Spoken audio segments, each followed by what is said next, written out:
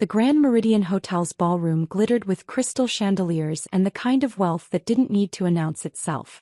I stood at the entrance in a simple black dress, holding my printed invitation to the International Relief Foundation Gala, the ticket I'd purchased myself for $1,200. My mother, Patricia Sterling, blocked my path like a security guard, her diamond necklace catching the light. "Absolutely not, Rachel. You can't come in."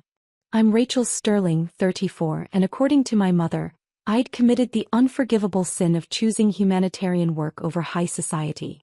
For the past 9 years, I'd worked for the International Crisis Response Network, coordinating disaster relief in conflict zones and refugee camps across 3 continents. My mother chaired this gala every year, raising money for international causes she couldn't locate on a map. Tonight's event honored Ambassador Michael Torres, former U.S. Ambassador to the United Nations and current director of the Global Humanitarian Coalition. "I have a ticket, Mom. I don't care." Her voice was low and sharp. "This is for elite society, not you. Do you understand? These are diplomats, CEOs, society leaders. You show up in your thrift store dresses smelling like refugee camps." "I've been in New York for 3 months. I haven't been to a refugee camp since." "It doesn't matter. You don't belong here." She glanced nervously toward the ballroom where 400 guests mingled. "Your father and I have worked for 20 years to build our reputation in these circles. Your sister Caroline married a hedge fund manager.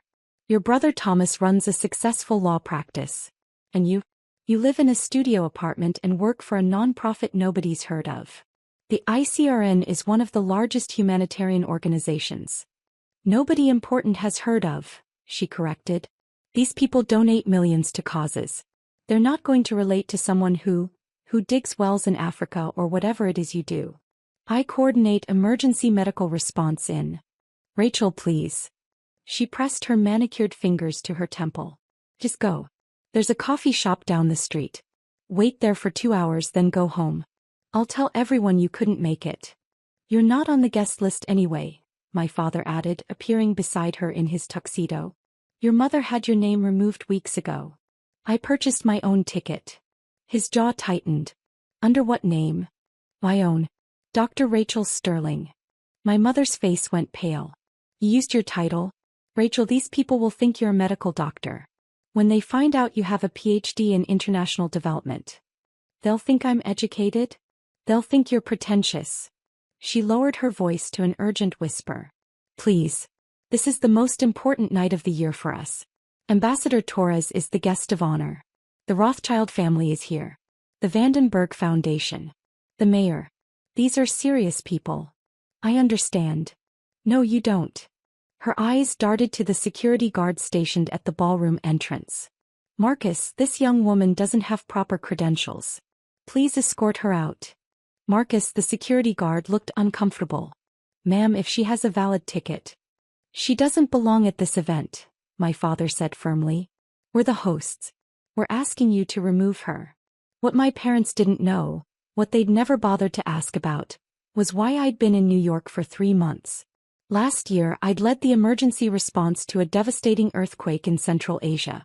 My team had established medical clinics, coordinated international aid delivery, and housed 15,000 displaced families within 72 hours.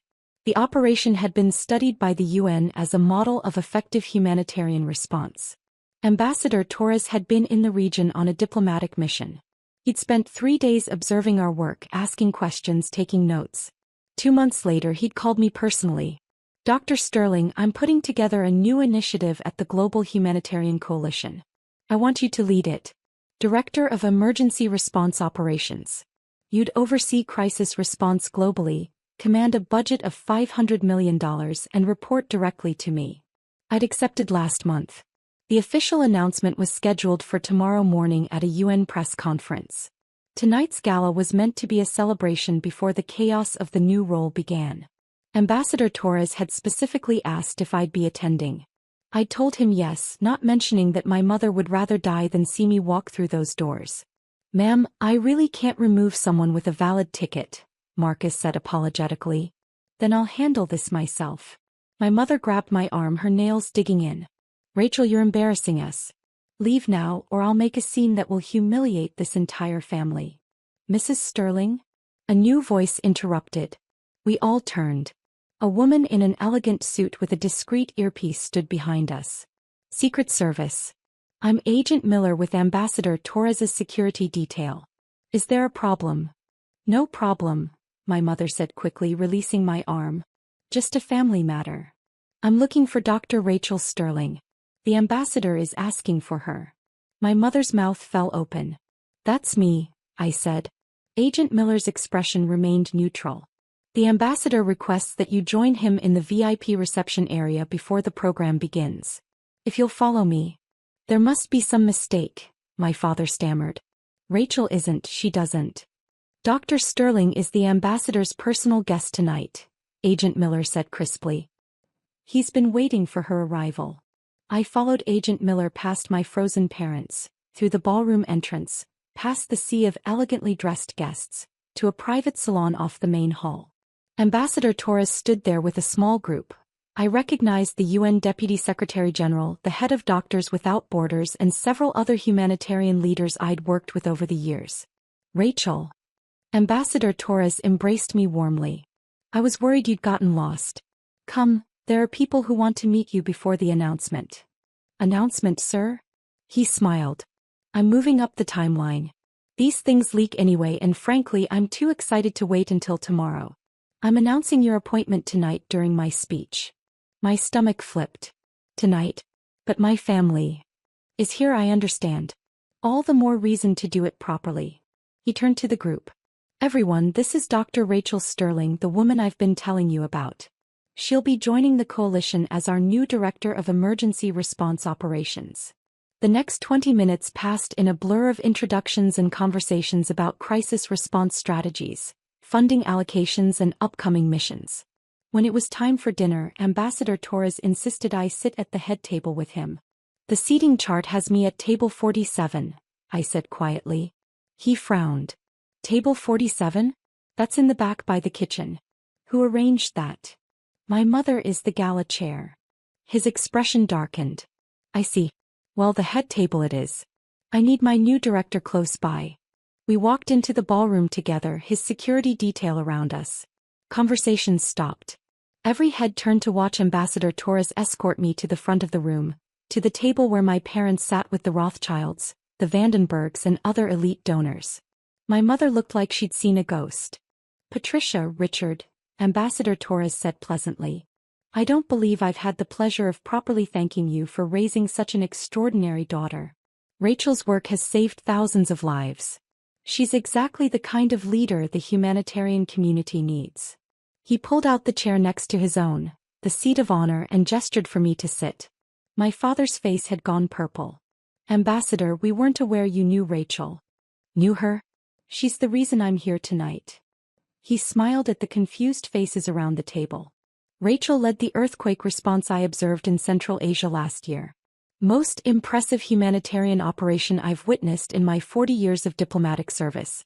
That's why I recruited her to lead the coalition's emergency response division. Mrs. Rothschild leaned forward with interest. The Central Asia earthquake? I read about that operation in Foreign Affairs. The 72-hour response model. That was you, Dr. Sterling? My team and I, yes. Remarkable work, she said. We've been looking for humanitarian projects to support. I'd love to discuss your approach. My mother sat frozen, her champagne glass trembling in her hand. The dinner proceeded with Ambassador Torres treating me like visiting royalty. He introduced me to every important person who approached the table. The UN Deputy Secretary General asked about my staffing plans. The Vandenberg Foundation director requested a meeting to discuss funding. My sister Caroline, sitting at table 12, stared at me like she'd never seen me before. When dessert was cleared, Ambassador Torres took the stage for his keynote speech. He spoke about humanitarian crises, global responsibility, and the need for innovative leadership. Then he paused. Tonight I want to share some exciting news. The Global Humanitarian Coalition is launching a new initiative to revolutionize how we respond to international emergencies. We're creating a rapid response system that can deploy resources and personnel within 48 hours of any crisis, anywhere in the world. The audience applauded. Leading this initiative required finding someone exceptional. Someone with field experience, strategic vision, and proven results under impossible conditions. I'm honored to announce that Dr. Rachel Sterling has accepted the position of Director of Emergency Response Operations for the Global Humanitarian Coalition. He gestured to me. Rachel, please stand. I stood, my heart pounding as 400 people turned to look at me. Dr. Sterling spent the last 9 years in some of the world's most dangerous places: Syria, Yemen, South Sudan, Myanmar.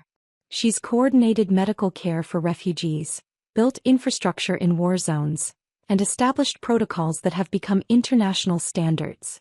Last year alone, her earthquake response operation saved an estimated 15,000 lives. The applause grew louder. She'll oversee a $500 million budget, command teams across 6 continents, and report directly to me. Rachel represents the future of humanitarian work: brilliant, dedicated, and absolutely fearless. He raised his glass. To Dr. Rachel Sterling and to the thousands of lives she'll save in the years ahead. The ballroom erupted. People stood applauding. Cameras flashed. I saw my mother sitting motionless at the head table, her face ashen. After the speech, I was surrounded. Donors wanting to contribute to my programs. Journalists requesting interviews. Other humanitarian workers congratulating me. Mrs. Rothschild pulled me aside to discuss a $10 million donation. My parents tried to approach once. Ambassador Torres's security detail politely suggested they wait. An hour later, my mother finally cornered me near the bar. Rachel, I didn't know. If I'd known you worked with Ambassador Torres. You didn't know because you never asked, I said calmly. You assumed because I work in humanitarian relief instead of hedge funds or corporate law that my career didn't matter. You said you worked for a nonprofit. You live in a studio apartment. Because I spend 10 months a year in conflict zones. I don't need a luxury apartment I'm never in. You let me turn you away at the door. Her voice broke. In front of security. You ordered me to leave so I wouldn't embarrass you. I was waiting to see what would happen. The ambassador's security found me first. My father joined us, looking 10 years older. The Vandenbergs just asked us about your work. We couldn't answer. We had to admit we didn't know what you actually do. I coordinate emergency response in humanitarian crises. I've done it for 9 years. You never asked. The ambassador said you report directly to him now, my mother whispered. That you oversee $500 million. Rachel, we had no idea. That my work matters. That I'm good at it. That people respect me. I picked up my clutch. You judged my worth by my apartment size and my dress budget. Ambassador Torres judged it by the 15,000 lives my team saved. Caroline appeared, her hedge fund manager husband trailing behind. Rachel, I had no idea you were this important. We should get lunch sometime. Talk about your work. No, thank you. But we're sisters. Sisters who speak to each other. Who ask about each other's lives. Who don't block each other from entering buildings. I looked at my family, my mother with mascara smudged from tears, my father unable to meet my eyes, my sister confused that money and status hadn't guaranteed her importance. Ambassador Torres leaves for Geneva tomorrow. I'm going with him to start my new role. I'll be based in Switzerland for the foreseeable future. When will you be back? My mother asked desperately. I don't know. I have emergencies to respond to. Lives to save. Work that actually matters. I walked away from them through the ballroom where guests still congratulated me, out into the cool evening air. My phone buzzed with messages. The UN press office, news outlets, humanitarian organizations, all requesting interviews about the appointment. Ambassador Torres appeared beside me. Are you all right? Sir. Thank you for the introduction tonight. You earned every word. He paused. Your family seemed surprised. They didn't think I belonged at their elite society gala. They were probably right. These aren't my people. No, he agreed. Your people are in refugee camps and disaster zones, doing the real work while society parties. But sometimes it's good to remind the party people where their donation money actually goes. To remind them what real impact looks like. He smiled. And it was extremely satisfying to watch their faces when I announced your appointment. The society pages the next morning were brutal for my parents. Gala Chair Bar's own daughter, humanitarian hero, from event, ran with photos of Ambassador Torres escorting me to the head table while my family looked on in shock. The article detailed my work, the new appointment, and my mother's attempt to have me removed by security.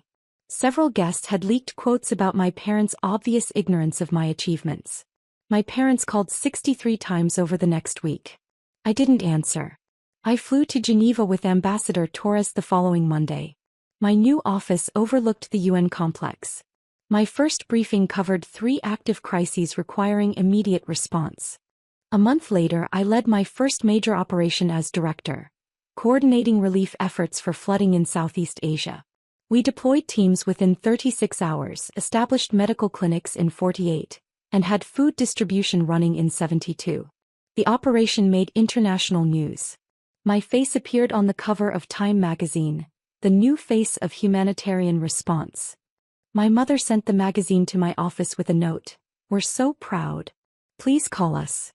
I recycled it. 6 months into the role, I testified before the UN Security Council about humanitarian access in conflict zones. Ambassadors from 20 nations listened as I outlined new protocols for protecting aid workers. My mother tried to attend. UN security turned her away. She wasn't credentialed. The irony wasn't lost on me. A year later, the coalition's annual report showed our emergency response times had improved by 60% under my leadership. We'd responded to 12 major crises, saved an estimated 40,000 lives, and become the model for humanitarian operations globally. Ambassador Torres nominated me for the UN Humanitarian Award. I won. My family wasn't invited to the ceremony. Not because I blocked them, but because the guest list was reserved for people who'd actually supported my work. My field teams, my mentors, the refugees I'd helped who'd traveled to New York to celebrate. The people who'd never questioned whether I belonged. I stood on the stage at UN headquarters accepting the award from the Secretary General, and I thought about that night at the gala. My mother blocking the door.